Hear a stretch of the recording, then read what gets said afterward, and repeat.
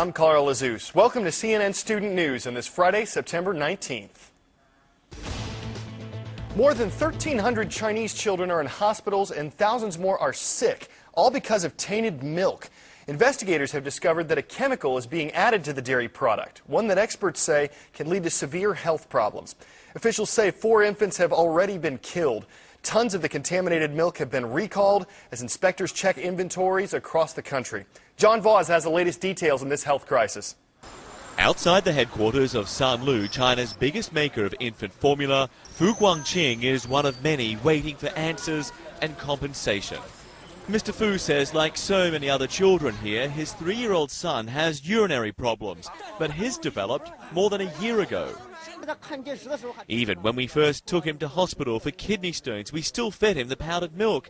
It was only after the TV reports that we knew.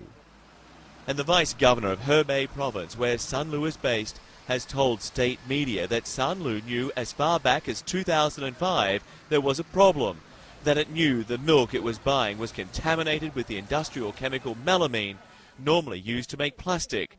But when mixed with watered-down milk, melamine artificially boosts protein readings so it can pass inspection. It has also left thousands of children sick and in some cases has been fatal. Sanlu says its own tests just 7 weeks ago were the first it knew about the toxic chemical. The company is part-owned by New Zealand dairy giant Fonterra, which says until now there was never a need to check. You know, you can't test for every poison out there. You know, you test for things that are known issues with respect to milk. The president of Sanlu was detained by police Wednesday. Her replacement has since apologized to consumers. So far, 18 people have been arrested as government tests reveal the use of melamine is widespread in China's dairy industry. Police here in Hebei province say they've now busted what they call an illegal network of melamine dealers. They allege one suspect has admitted that since February last year, he bought hundreds of kilograms of the chemical and then sold it to milk suppliers, making just over $2 profit on each kilo. John Voss, CNN, Zhejiang, China. A word to the wise: anxiety, a state of unease or concern, especially about future uncertainties.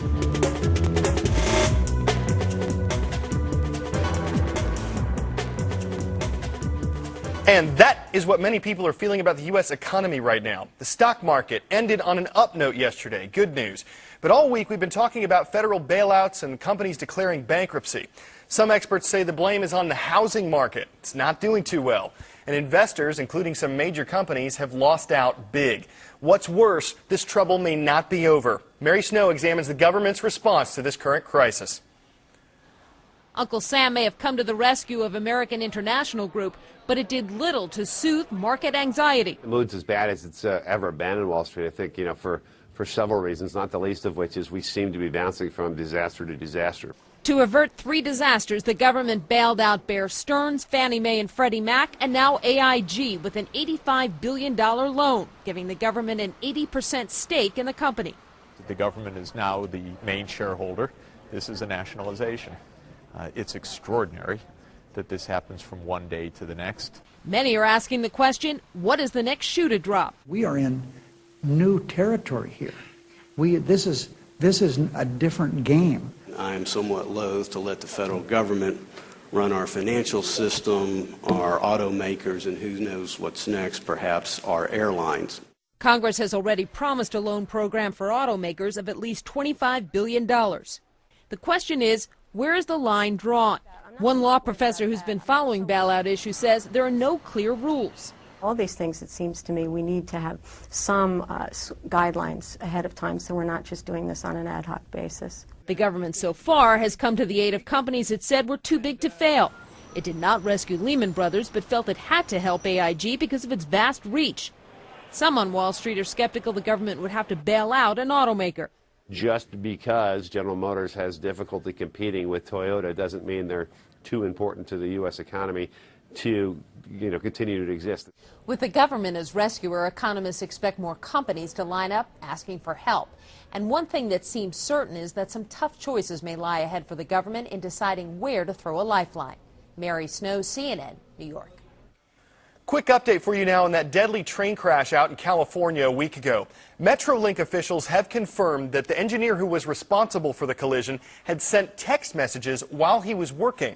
Now, it's unclear whether he was doing that at the time of the crash, but Metrolink policy says engineers cannot use cell phones while they're on the job.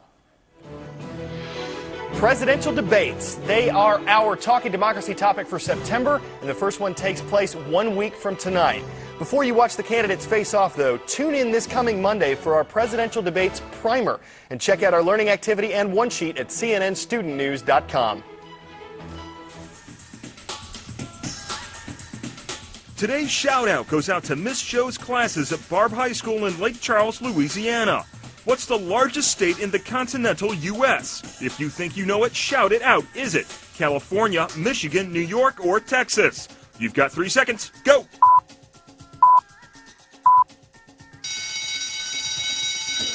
Alaska is the largest of all 50 states, but when it comes to the continental 48, there's none bigger than Texas. That's your answer, and that's your shout-out. One of the biggest cities in Texas, Dallas, is trying something new in school this year. Officials are changing the grading system, giving students a chance to boost their scores after those scores have been given. Might sound like a good idea, but of course not everyone agrees with it. Ed Lavandera talks to supporters and critics about the Dallas District's controversial new policy. Dallas school officials announced a new controversial policy this year outlining how teachers will award grades on tests and homework. Some of the changes, and two in particular, have left many parents and teachers baffled as to how the new policy will help students succeed.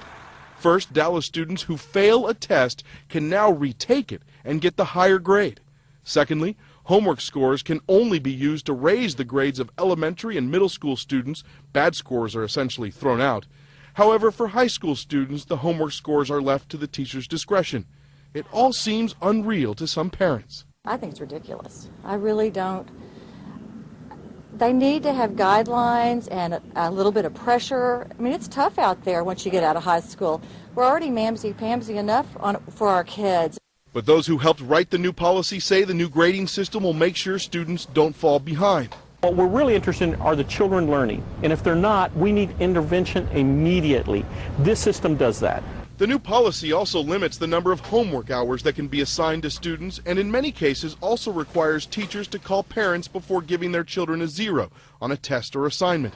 The idea is to focus more on learning rather than consequences for behavior. This is not about giving anybody any sort of free ride. What this is about is giving students a second chance to be successful. But critics say getting work done right and on time and accurately should be the measure of success, and that this new policy doesn't push students to work harder. Instead of setting the high expectation and the high standards and holding them to that, we seem to be wanting to lower the bar and give them an excuse not to succeed. Okay, you know we'll be blogging about that story on our website. Now, before we go today marks a little-known linguistic holiday we wanted to celebrate before we set sail for the weekend. Ask anyone what Friday, September 19th is. I have no idea. I have no idea. And that's the kind of answer you'll get, except for a viewer named William, who wrote us, "I want to bring your attention, if you didn't know, that this coming Friday is International Talk Like a Pirate Day." Wow, that was my second guess. That's very cultural. If you're asking, what are you talking about, you can check out the original Talk Like a Pirate Day website, or just follow us to the CNN Center food court. We're looking for victims. My boyfriend is a very good pirate. Arr! He's just sort of, just a little bit dangerous. A prerequisite for any pirate. So we talked to this boyfriend. Arr, matey. It's been a good day at sea. And whether or not you think that sounds dangerous, there's no disputing what people think of pirates. I think about buried treasure. I think about boats. I think about treasure maps. They had a highly organized cultural society, albeit it was criminal. Some folks got their definitions of pirates from Disney's movie Pirates of the Caribbean. What are you doing? What are you doing? No, what are you doing? What are you doing? No, what are you doing? Though most tend to sum up pirates in one word. Arr. Arr, mate. Arr. Except for this guy who would have said arf. And that is where we pull up anchor. I'm Carl Azus.